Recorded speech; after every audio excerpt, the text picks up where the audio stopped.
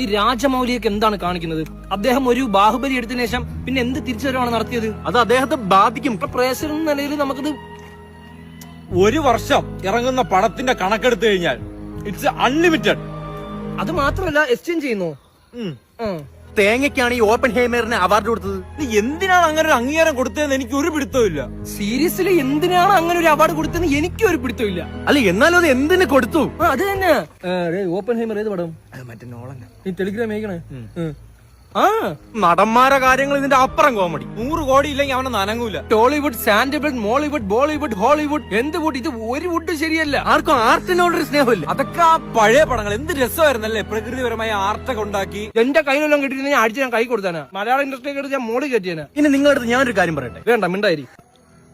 നീ പറ. നടൻ യദു കൃഷ്ണയ്ക്ക് ഇത്രയും സാലറിയുടെ ആവശ്യമുണ്ടോ? സാലറിയുടെ കാര്യമല്ല, യദു കൃഷ്ണയ്ക്ക് കരിയറിൽ ഒരു ശ്രദ്ധയില്ല. എന്റെ പൊന്നാളിയാ സത്യം, അദ്ദേഹത്തിന്റെ സ്ക്രിപ്റ്റ് സെലക്ഷൻ എന്ന് പറഞ്ഞാൽ ഭയങ്കര മോശം. നിങ്ങൾ സിനിമയുടെ കാര്യമൊക്കെ വിട്, നമ്മളെ ഇടയിൽ കുറച്ച് പ്രശ്നങ്ങൾ നടക്കുന്നുണ്ട്. സിനിമാ കാര്യം വിടും മുന്നേ ഞാനൊരു കാര്യം പറഞ്ഞോട്ടെ. ആ താല്പര്യമില്ല, നീ മിണ്ടാതിരി. എന്തേലും മനസ്സ് വെച്ചിട്ടാണോ ഹാഷിർ നീ ഇപ്പൊ എന്റെ അടുത്ത് സംസാരിക്കുന്നത്? തേങ്ങയില്ല, നീ മിണ്ടാതിരി. അജയ്ക്ക് ഇപ്പൊ 1 ലക്ഷം രൂപയാണ് സാലറി. അതിലിരിക്കാൻ ജോലി റിസൈൻ ചെയ്തു. ഇതാണ് ഞാൻ ചോദിക്കുന്നത്. അജയ്ക്ക് ഒരു മോളുണ്ട്, ഒരു മോനുണ്ട്. ഇവൻ എങ്ങനെ അവന്റെ കരിയർ കൊണ്ടുപോകും? എടാ, ഈ പോക്ക് പോവാണെങ്കിൽ അവന്റെ മകളെ കൊണ്ട് എന്റെ മകനെ കെട്ടിക്കേണ്ടി വരും. എന്തായാലും അത്രയും ദാരിദ്ര്യം അവന് വന്നിട്ടില്ല.